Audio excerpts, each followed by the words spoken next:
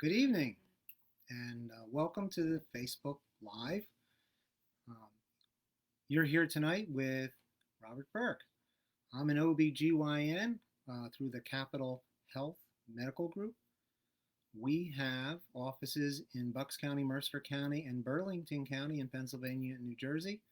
And tonight, here in Pennsylvania, it's a rainy night. So grab something warm. Let's spend some time together and talk.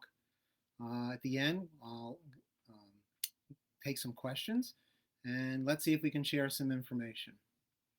Tonight, we're going to talk about how to take control of your health when everything else feels out of control. Kipling said, if you can keep your head when all about you are losing theirs, really says it all. We're going to take some time to go over things, both in routine care as well as problems that may come up for you. I'm here with my quarantine, my wife and my daughter, who are going to help me with the questions as we get through. And I've got a daughter monitoring me, so I have to do a very good job. So what we'd like to do is figure out how we can take control at a time when everything is insane. So we're going to start by addressing the elephant in the room, the COVID virus. The unfortunate news, and I'm sure everyone's aware, that we've been seeing some surges locally as well as across the country and overseas. So I want to give you a way of thinking about it that moving forward hopefully will keep you and your family and your loved ones safe. We know that this virus is very contagious and does affect certain risk groups more than others. And although you may not be one of those risk groups, I bet you know several people in your intimate circle that are. So we want to keep everyone safe and everyone out of harm's way.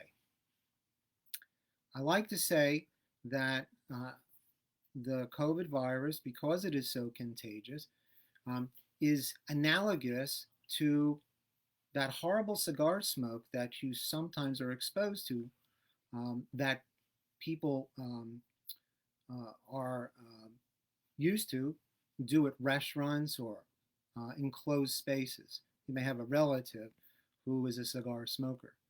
And no offense to anyone who is a cigar smoker, but for those of us that are not, it's hard to deal with.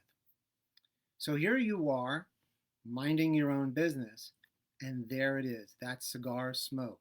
You can smell it. You don't want to be near it. It's everywhere. We like to think of the virus much like that smoke. We want to try and stay away from that and stay away from conditions where you would be exposed to that. It's in the air. So when you're outside, it's tolerable. When you're inside, it's not so tolerable. And then, of course, the closer you are, the more of a concern it is that you're exposed. Now, if only we could have put a mask on a cigar smoker, we could reduce that exposure. And so we ask people to protect those around you to wear a mask so that smoke doesn't reach you. We worry about that smoke, if you will, being on things that you touch. And if you touch things, then, and you bring it close to your mouth or nose, then you're going to be exposed. So, of course, hand washing is essential. And of course, keeping your distance, especially inside, the social distancing makes an enormous difference.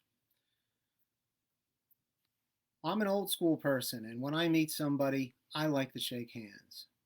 But obviously, if somebody has sneezed and then shakes your hand, and then you say, how long has it been since I've seen you? There's the contact. So many of us who like to shake hands have gotten into the elbow bump. Why? Because, of course, it's very hard to touch your nose or mouth with your elbow. I challenge anyone to do it. So when it comes to seeing us in the office, we are very mindful of the risks associated with COVID. We want to keep you safe so that you can comfortably come and see us. To do that, what we end up doing is when you call and make an appointment, we're going to go through some risks. Have you been exposed? Are you having symptoms? Do you have a fever? Interestingly enough, and I know you've heard about this, people end up losing their sense of smell or taste if they've been exposed to the virus. And intestinal issues tend to be a big complaint. So certainly if you had any of these things, we would hope that you wouldn't go out to be with family and friends and or bring them to the office. So we ask before you come to the office if any of those risks are there. Of course, when you come to the office, we are going to insist that you wear a mask, that you wash your hands, because we're going to do the same. We're going to limit the people in the waiting room. We're going to have shields up when you walk in and speak to staff. And the visit with the provider, with me or one of my partners, we will do those same things. After the visit's over, washing the hands, saying goodbye, having a game plan. So much of what we do, especially with routine medicine, needs to be face-to-face, needs to be hands-on. But so many of what things that we do can be like this in a face-to-face over Facebook Live or Telemed, as we like to call it. So in a little bit, we'll talk about the things that we can do in person and the things that we can do over an internet connection. So the goal for an obstetrician gynecologist is to keep healthy women healthy. And so there's a number of things before you even come to the office that we want you to consider. We want you to look at your family, your mother and father, brothers and sisters and children if you have them, and write down those medical conditions that they have or have had over the years, because those things may be concerns for your health. Grandparents, aunts, and uncles, secondary, also would be important to know. Obviously, if things like high blood pressure or diabetes runs in the family, that's something that we certainly want to talk about. Certainly gynecologic issues, breast, ovary, colon, all cancers that we are very concerned about. And so we'd like to know if there's a risk. We also want to know what's going on with you. How have you been doing? What medical issues have you had over the years? So that when we do a face-to-face visit, especially for a routine annual exam, we can target those higher risk issues and address them. Now, there are some things that are done routinely. Obviously, most people know that when they go to the gynecologist, they have a Pap test. Pap tests start at the age of 21. And nowadays, the Pap test includes not only a wiping of the cervix, that's found at the top of the vagina, the bottom of the uterus. That's the thing that dilates to allow a pregnancy to pass when it's 9 months. That wiping of the cervix helps us to look at the cells under the microscope to see that they're normal and hope that they're not cancerous or precancerous. And that test has been very accurate, but made more accurate, more reliable, more predictable, looking for a virus, human papilloma virus, HPV. Now, there's a whole family of these viruses, and some of them are associated with risk for cancer. So we are now looking for those viruses in the Pap test as well. It's great that if a woman has a normal Pap and there's no evidence of the HPV virus, then that woman probably does not need to have a Pap test once every 5 years. If we do see some minor changes, or there is some evidence of the virus, then it's sooner. But most providers will do Pap tests every 3 to 5 years without a personal history or problems with the Pap test. We're starting at 21 and finishing at the age of 65 on average, sometimes 70. And this is assuming that it's been normal.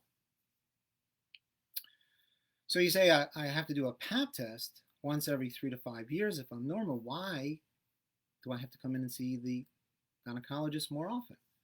Well, obviously, as we talked about, the family history and personal history, we need to look at other things that we should be keeping an eye on, whether it's risks for blood pressure or diabetes, We also talk about the things that are coming up in your life, things like ways of preparing for pregnancy and getting ready for becoming pregnant safely, looking at those risks that we can reduce.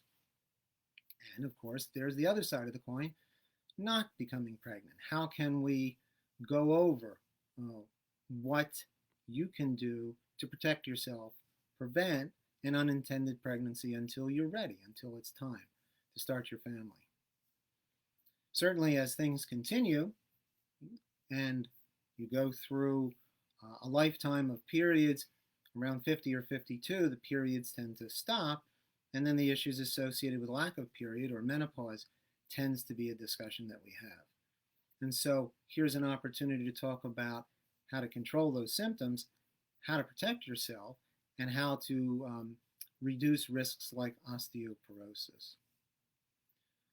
When we're together face to face and we talk about things like family risk, especially cancers, we can also help encourage testing for genetic risks that run in the family. Everyone may have, I'm sure, heard of the BRCA1 and 2 mutations associated with breast and or ovarian cancer. And we can counsel you on those alternatives.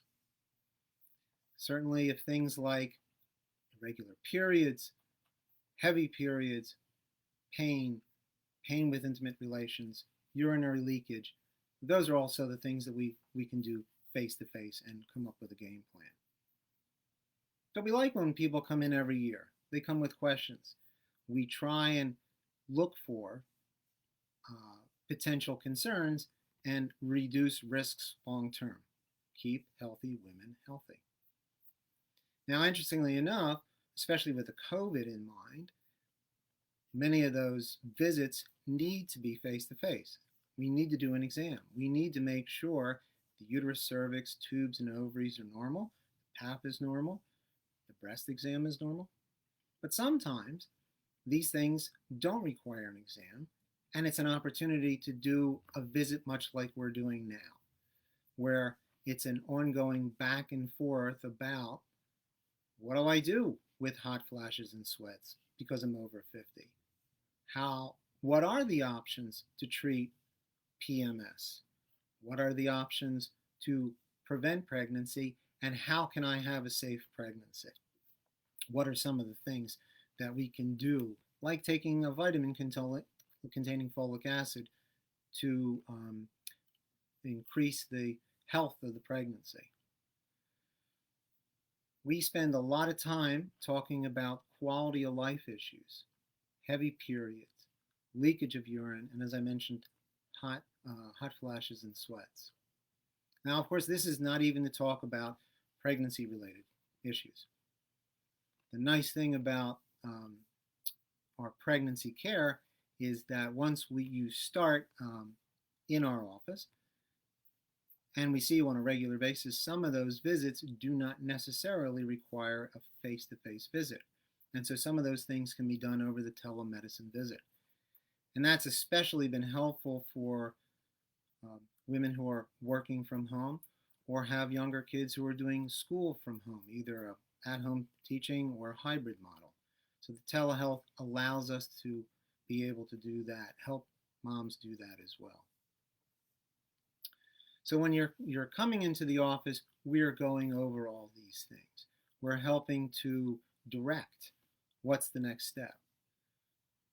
Mammogram is another thing we talk about. And the mammogram occurs generally starting at 40.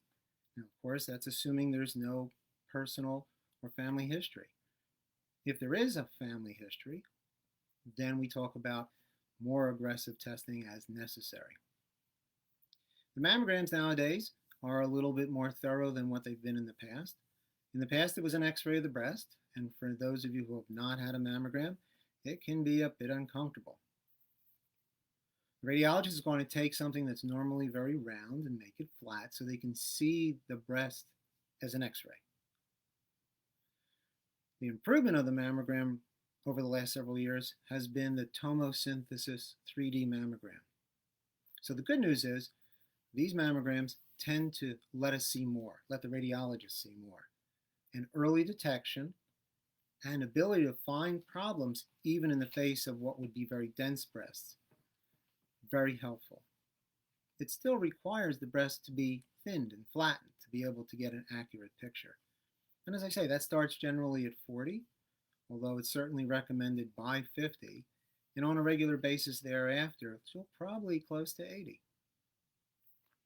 Other things that we encourage and recommend as you age would be colonoscopy, and those are typically done starting at 50, once again without a family history, looking for colon cancer. So we spend a lot of time trying to look at potential risks. Mammograms, breast cancer. Pap test, cervical cancer. Colonoscopy, colon cancer. Ovarian cancer is a little bit tougher.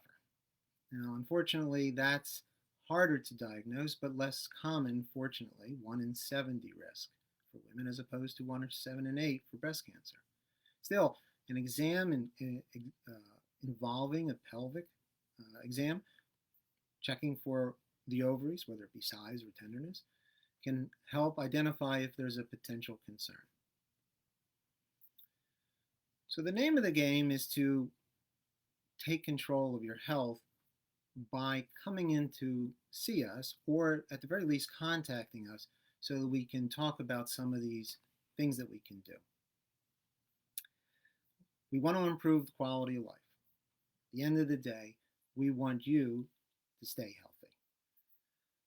In these times, it also means taking care of yourself.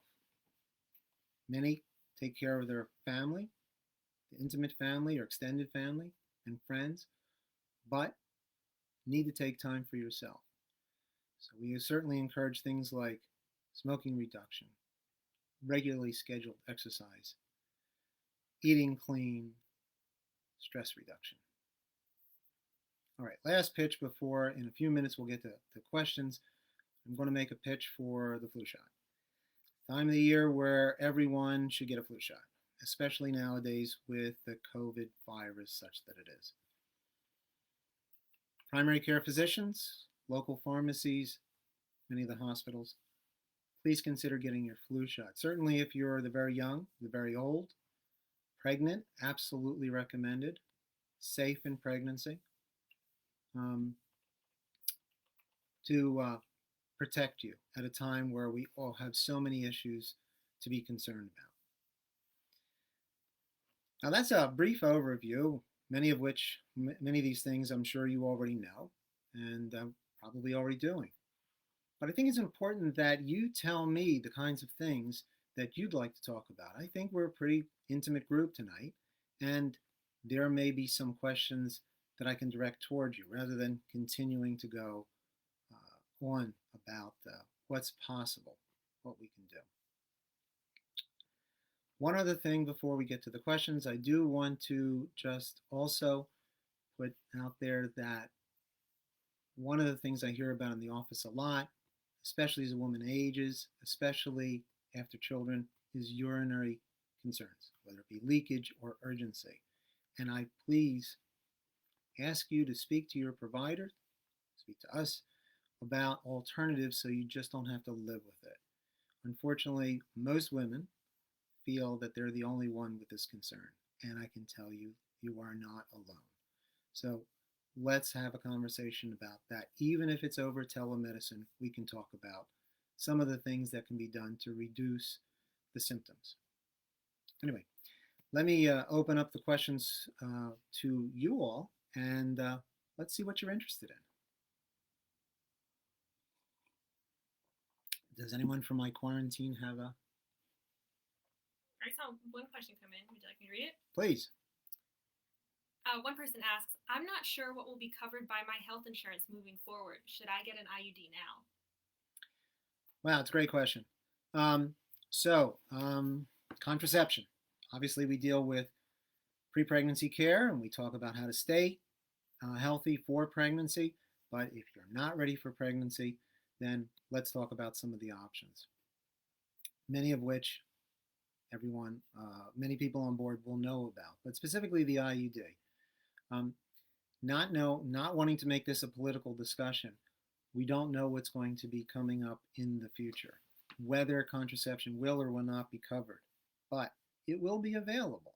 So, certainly, if anybody is concerned that their insurance may change, whether because of politics or personal situation, and this is the right time to consider something like an IUD, then I certainly wouldn't delay that. But I don't see many changes in the near future with regard to that issue. Now, for those of you who are familiar with the IUD, an intrauterine contraceptive device, there are two.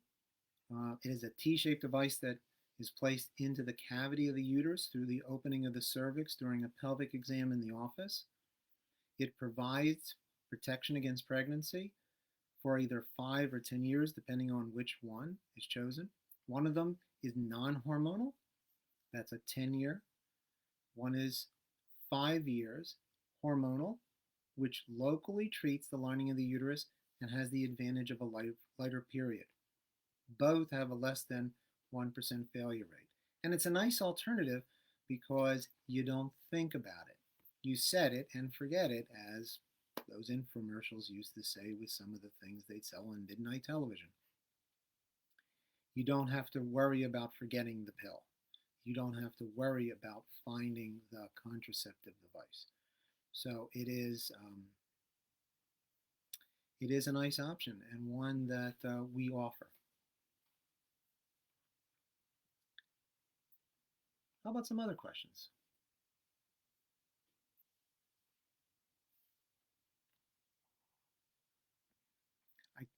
I can't have said that much.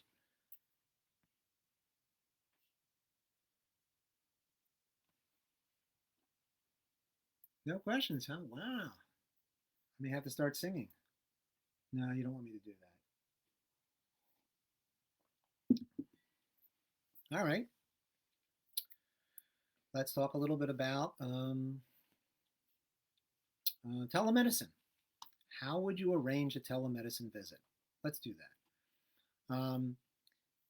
We can, what you would do is contact the office, any of the office, your usual provider, and you would let them know that you are interested in making an appointment, but you want to make it as a telemedicine visit. You want to do it over a smartphone connection. It's set up just like a regular appointment. And what would happen is at that appointment time, the provider, I would call you and you would be able to take the call like a FaceTime, like a Skype on your smartphone. And we can have that conversation like we're having now. This is not something that we would want to have you show a body part. That can be a little difficult, but certainly talking about things. So if there's a concern that you're having painful periods and wanted to talk about some options and what would be involved in trying to figure out why and what to do about it, that's an opportunity. There's what is involved with doing an evaluation for urinary leakage. What would be a way to evaluate for a lump in the breast? Now, of course, that we certainly would love an exam, but a conversation about what's going on and what needs to be done, whether it's mammogram or ultrasound, certainly we can do that as well. So I do see a question for, see, actually I'm reading the questions too. My quarantine is really helping me.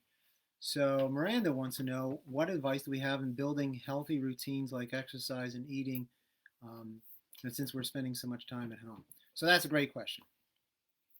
You know, it's amazing. We all have had our routines prior to the COVID, and obviously things like going to the gym, just too risky, especially if we have those at-risk people that we love around us that we don't want to expose.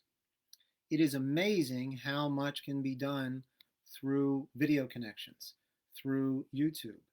And I know with my family, there's a number of programs that have been used for weightlifting and Zumba and physical activity with YouTube and various sites. Um, I have a number of friends who have ordered Peloton bikes and just absolutely love them. So lots of ways to do that. But it's like it's like your pre-COVID routine. You want to set aside time, whether you're working from home or not, set aside time to do something. And the goal really is to do that on a regular basis and make it part of your routine. We want you to make sweat. We want you to use the bones to keep them strong, to use the muscles to maintain muscle mass. Um, it helps with long-term cardiovascular health. It works to help reduce the incidence of osteoporosis, especially in menopause. And it is so important with stress reduction and for the head, because in these times, it's a nice outlet to have. For me, I'm a cyclist. I like to go out on my bike, and now that it's raining and cold here in Bucks County, that bike is in the basement on a trainer, on a spinning device. So, um, of course, I've heard a lot of people with the weight gain associated with COVID. So, of course, it's going back to eating clean because obviously the stress eating, we're going to be with this for a little bit longer. Hopefully, not too much, but for a while. Um, a question came about prescribing meds. Can we do that, especially with a telehealth visit? Well, prescribing meds can be a little bit challenging. Some medications, like birth control pills, we want to make sure that the person is safe to take them. So, of course, one of the things we need is a blood pressure check. And obviously, that's impossible over a phone call. But starting a conversation about alternatives and then uh, making arrangements for that visit where a blood pressure can be done certainly has value. So, as far as non-hormonal medications, absolutely, we can get things started, whether it be hormone replacement therapy in someone who's menopausal or somebody who's having some symptomatology. But for things like infections, urinary tract infections, very difficult to do that over a a, a telemedicine visit without getting a specimen from the urine.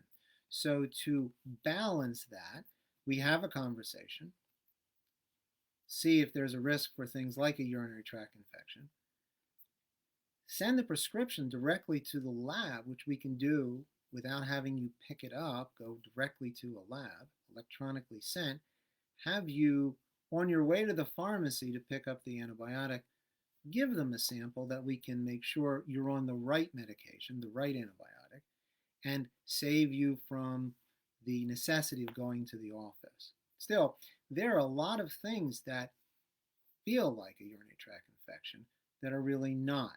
So the face-to-face visit and the hands-on experience generally is the better choice. Same thing with vaginal discharges. Obviously, as a gynecologist, we get a lot of complaints about that. So having a telemedicine visit to talk about the alternative, see if there's some conservative things that can be done, and if there's not an improvement, setting up for a face-to-face visit so that the proper culture in the exam can be done to make sure it's the right medicine for the right problem. Too many things appear to be what they're not.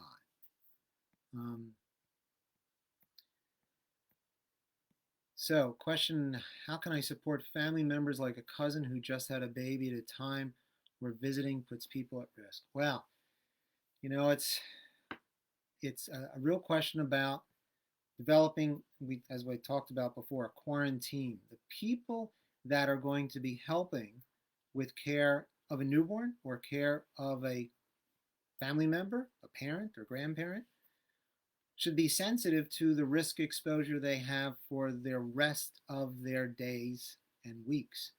Certainly, it makes sense to quarantine yourself at home for a week or two prior to being in front of somebody who's vulnerable. Now that of course can be challenging, especially if it's going to be a long-term situation. But it is all about, unfortunately, finding some balance nowadays. And it is risk management. So self-quarantine before you see an at-risk person makes good sense. Other questions, if I...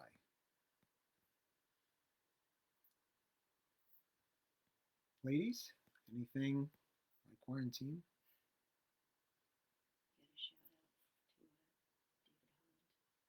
Oh, a shout out to David Holland. And a phone call. All right, so in the absence of any additional questions, and not to drag this on for a long, long time, allow me to thank you for spending some time with me here in rainy Bucks County. And please take the time to call your provider, call us or whoever's close to you, and find the opportunity to take good care of yourself. At the end of the day, we want your job to be to try and stay as healthy and safe as possible for yourself and for those around you who depend upon you. So thank you for, yes? How could I go about making an appointment at your office? So, my office, the Capital Health Medical OBGYN, we have 5 offices, Langhorne, Bucks County, Lawrenceville in Mercer County, Bordentown and Hamilton, and in Burlington County where I am, that is the Browns Mills office. I am there every day in Browns Mills, right below, just south of Fort Dix, Lakehurst, and McGuire, and we'd love to see you. So Google the website, Capital Health, and the number for us, 1-609-489-1400. So I never call my own number, 609-896-1400. And thank you for being part of my first FaceTime Live. Have a great evening and happy Halloween. Please go out and vote.